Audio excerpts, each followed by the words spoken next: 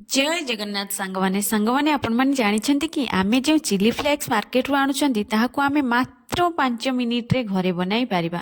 हाँ सांगवाने मु आज बनेबी चिली फ्लेक्स जोटा आपण माने कहंती लंका गुंड। तो मु एठी खरा रे बसी जाइतली शीत जो प्रकार होउची ना तो सेति पे मु ए लंका को धर के बाहिरे बसी जाइतली। तो चिली फ्लेक्स आपण यदि बाजार रु आणुछन्ति ताले बहुत रेट रे मिलिबो।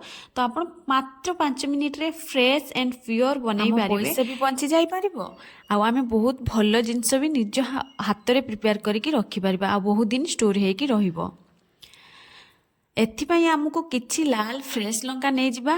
प्रथमे याको मु खरारे देकी सुखे नहीं तापर यार डेम्फो को बाहर कर नबा आ तार भितर मंजी को भी अलगा कर नबा। मंजीटा गोटा गोटा रहिले ना चिली फ्लेक्स रो कलरटा लोकटा बहुत मस्त ही देखा जाए।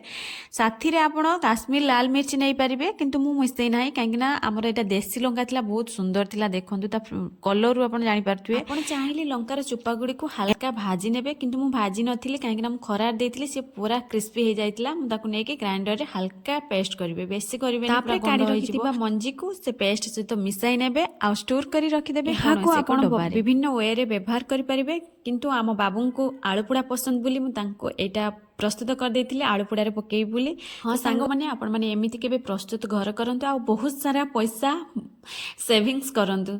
सांग माने वीडियो रे भल लागुथिले लाइक करिवे शेयर करिवे फॉलो करिवे निश्चय गोटे सब्सक्राइब करिवे। रहिली आपनका अपेक्षा रे पुणी देखा हबो आ गुटे फ्रेश मिनी ब्लॉग रे। बाय बाय जय जगन्नाथ।